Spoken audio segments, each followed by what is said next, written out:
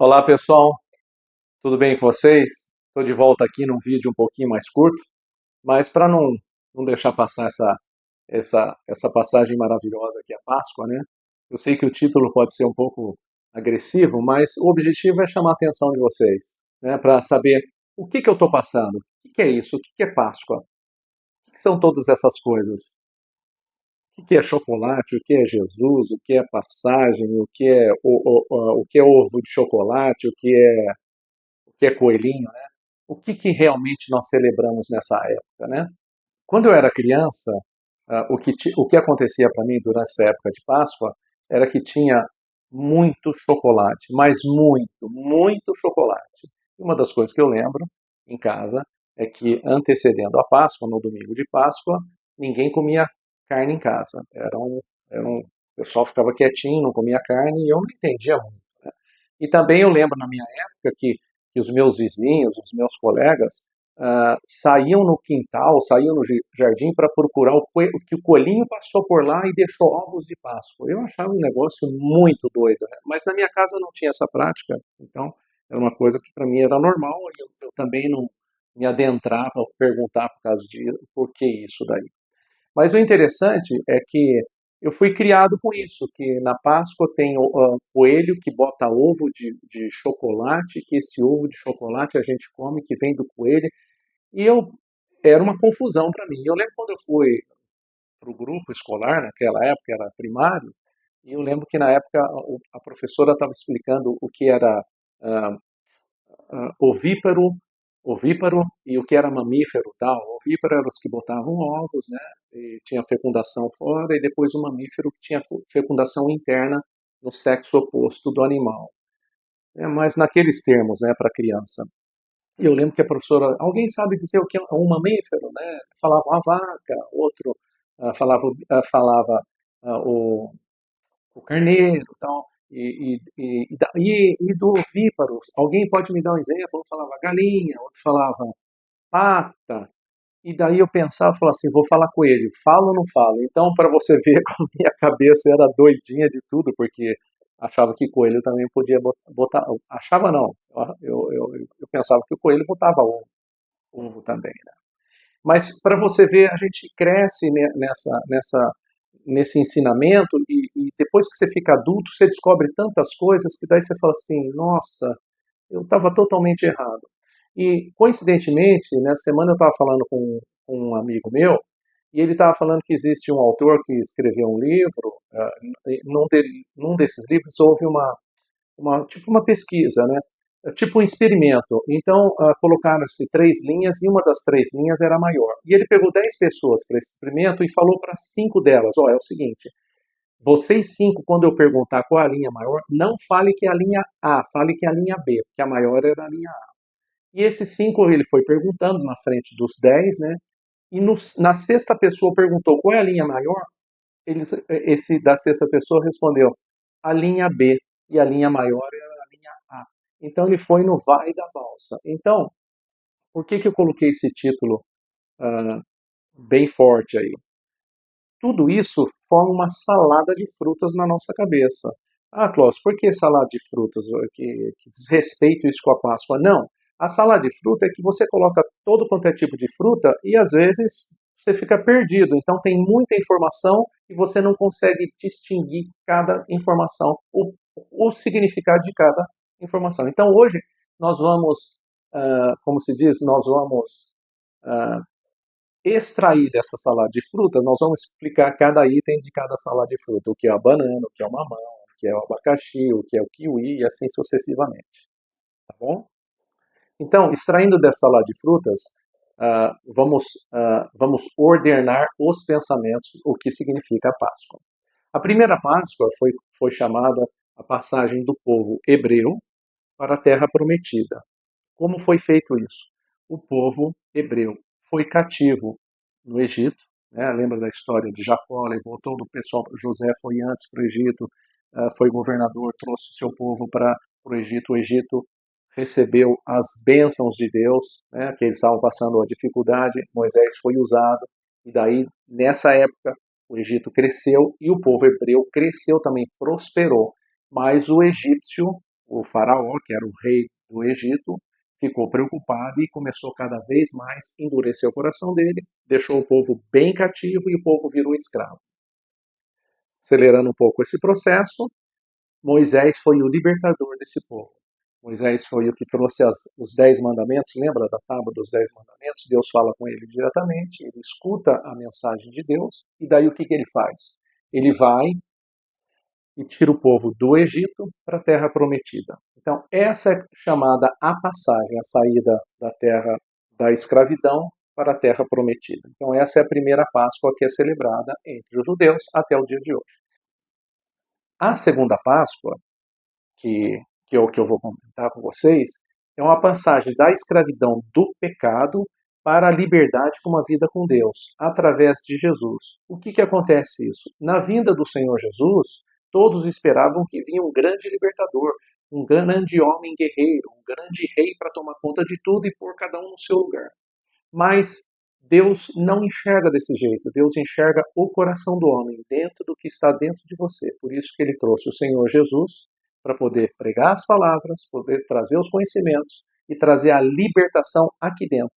Porque na realidade, o nosso corpo morre, mas a nossa alma, ela vai ou para a eternidade ou ela vai para outro lugar, que um dia ainda nós vamos compartilhar sobre isso. Então essa é chamada a segunda Páscoa, a celebração, que no domingo o Senhor Jesus é morto na sexta e no domingo ele ressuscita. Ele traz a vida eterna, para depois ele permitir que venha sobre nós esse Espírito maravilhoso que muitos de que nós conhecemos já vivem essa vida de liberdade interior. Tá, então essa é a segunda Páscoa. Aí você vai perguntar, e o coelhinho, o que tem a ver? Porque o coelhinho, uma das histórias que eu li, estudei, que eu achei interessante, é que os alemães trouxeram para o Ocidente a prática do coelho. O coelho simboliza a fertilidade, o coelho simboliza vida nova. Né? Então, eles trouxeram essa prática, e essa prática foi colocada dentro do Ocidente. Né? E existe um comércio em cima disso também. Aí você vai me perguntar, tá bom, entendi todas essas coisas, e daí eu quero que você me fale sobre o chocolate. Tá. Chocolate é uma coisa interessante. Páscoa, muitas pessoas celebram Páscoas e tem pessoas que não são adeptas à Páscoa, não querem, não conheceram a primeira Páscoa e não conheceram a segunda Páscoa e não querem conhecer. Então essas pessoas, como é feriado na Páscoa, eles usavam diante desse pretexto de um feriado, de um descanso, usavam a prática de comemorar comendo doces feitos de cacau e aí sim foi gerando essa indústria paralela de formação de ovos, que o coelhinho bota ovos de chocolate, e o chocolate foi crescendo nessa época. Uma prática que era para ser celebração da Páscoa verdadeira, para uma celebração de uma festa, né? Virou uma festa. Mesma coisa que o Natal, né? O Natal tem um significado, mas vira uma festa, bebem, enche a cara, bate carro, acontece todas essas coisas, presente para cima e para baixo, mas não tem o fundamento do que realmente é o Natal. Né? E daí você pode me perguntar, tá, e a carne? O que tem a ver a carne? A carne, existe uma tradição de muitas doutrinas cristãs que usava como a carne, de não comer a carne durante esse tempo até domingo, em penitência. Né? Então fazia a sua oração, fazia o seu jejum. Então é a prática de cada doutrina cristã que exerce até o dia de hoje. Mas muitos não sabem por que não come carne. Porque, por exemplo, eu na minha época eu vivia uma dessas doutrinas, não comia carne, mas depois que dava da meia-noite a gente fazia um churrasco a madrugada toda. Quer dizer, não sabia por que eu não comia carne. E na realidade o não comer carne é uma penitência, é um jejum. Você pode abrir um jejum também durante a Páscoa para que no domingo você venha a celebrar uma libertação. Então esses são os significados, por isso que eu quis colocar em ordem. A primeira Páscoa, a segunda, o que é o coelhinho, né, de onde é a origem do coelhinho, a origem do chocolate e a origem também da carne. Tem outras coisas que também acontecem, mas um dos maiores e mais significantes é esse que acontece durante a Páscoa. Então, você vai falar para mim, Clóvis, então eu não vou mais comer carne durante a... Não, você usa da sua prática que você acha que tem um bom senso. A Páscoa é para você celebrar Um momento difícil e um momento da sua libertação total. Esse é o principal. Ah, não vou mais comer, não posso mais comer chocolate? Você pode comer chocolate todos os dias e até na Páscoa. Eu não posso mais ver o meu coelhinho que eu amava tanto. Você pode ver seu coelhinho na Páscoa e também nos outros dias, não só na Páscoa. Tá? Então, use desse discernimento para você poder celebrar uma Páscoa como se fosse a Páscoa número 2, né? A sua libertação interna para uma vida abençoadíssima, né? Para uma vida de um conceito de libertação. Né? Falando nisso da libertação, eu quero falar sobre o livre-arbítrio. O livre-arbítrio é uma escolha que cada uma pessoa tem, você escolher o que você quer. Então, agora que você sabe o que é a Páscoa, ah, e você tem um conhecimento, né, de qual é a linha maior, então é um momento que você possa ter para com você mesmo, para você poder refletir. Tá? Então reflita um pouquinho. Eu não sei o que você pode estar passando no momento, você pode estar passando lutas, enfermidades, um abandono, desespero, tristeza, você pode estar com dor, você pode estar passando por um divórcio, uma separação inesperada, a perda de alguém. Eu não sei o que você pode estar passando, mas uma coisa eu quero falar para você: Deus sabe o que você está passando. E Deus espera que você se pronuncie, que você tome a decisão de não ir no vai da valsa e não seguir essa salada de frutas, mas sim escolher aquilo que é bom para você. Aquilo que você precisa para você ter uma libertação total, para você poder sobrepujar, para você poder ultrapassar os seus limites, para você ter uma vida abençoadíssima e transbordar. Não só ficar com você, mas transbordar. O que eu estou fazendo? Eu estou compartilhando uma coisa que eu estou cheio, que eu tenho transbordado. Ah, você não tem lutas? Demais. Não tem dores? Demais. Não tem enfermidades? Provavelmente tenha. Mas eu estou aqui para sobrepujar, porque hoje eu tenho essa segunda Páscoa, que é essa libertação que eu entendi, que Deus deu para mim e que eu posso sobrepujar. Através de Jesus, eu tenho acesso a Deus. Eu tenho nas minhas orações, quando eu me ajoelho, nas minhas meditações, nas minhas dificuldades, eu tenho esse acesso. É difícil, o fardo é pesado? É. Mas você sabe que o jugo é leve quando você entra nessa segunda Páscoa. Tá? Então, não sei qual será a sua escolha ou não, mas eu sei que você é inteligente o suficiente para escolher a segunda Páscoa, com todo respeito ao judeu, né, que ainda não conheceu a segunda Páscoa, mas se você for inteligente o suficiente, eu tenho certeza que você deve estar agora pensando, eu vou tomar uma opção durante essa Páscoa, porque esse é o momento.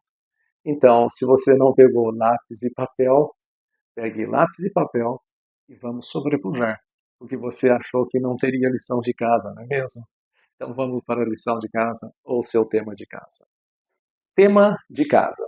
Esse é o momento para você poder refletir de tudo isso que você escutou. Espero que não tenha sido cansativo, mas espero que tenha sido positivo para você. Tema de casa. Reflita. Qual a Páscoa que você vai celebrar? Faça uma oração nesse período de Páscoa. Ah, eu não consigo? Pede para um amigo ou para uma amiga. Ah, me ajuda aqui porque eu não sei como rezar, como orar, como pedir. Peça para essa pessoa que tem uma experiência. Não tem ninguém que você não tem um referencial? Busque uma igreja cristã.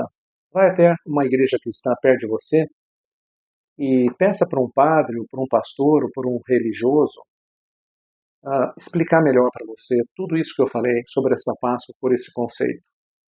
E viva isso. Eu tenho certeza que se você colocar em prática isso, você vai sobrepujar de uma maneira tal que você vai transbordar para as outras pessoas. Legal? Ah, eu ia esquecendo. Pode comer chocolate sim, tá? Festeje o chocolate junto com a tua família, com todos aqueles que você ama, mas não se ceda. E lembre-se também que você pode comer chocolate todos os dias e ter um coelhinho na sua casa também, tá bom? Beijão para vocês, um forte abraço, que Deus abençoe vocês rica e poderosamente, em nome do Senhor Jesus, e até a próxima aula.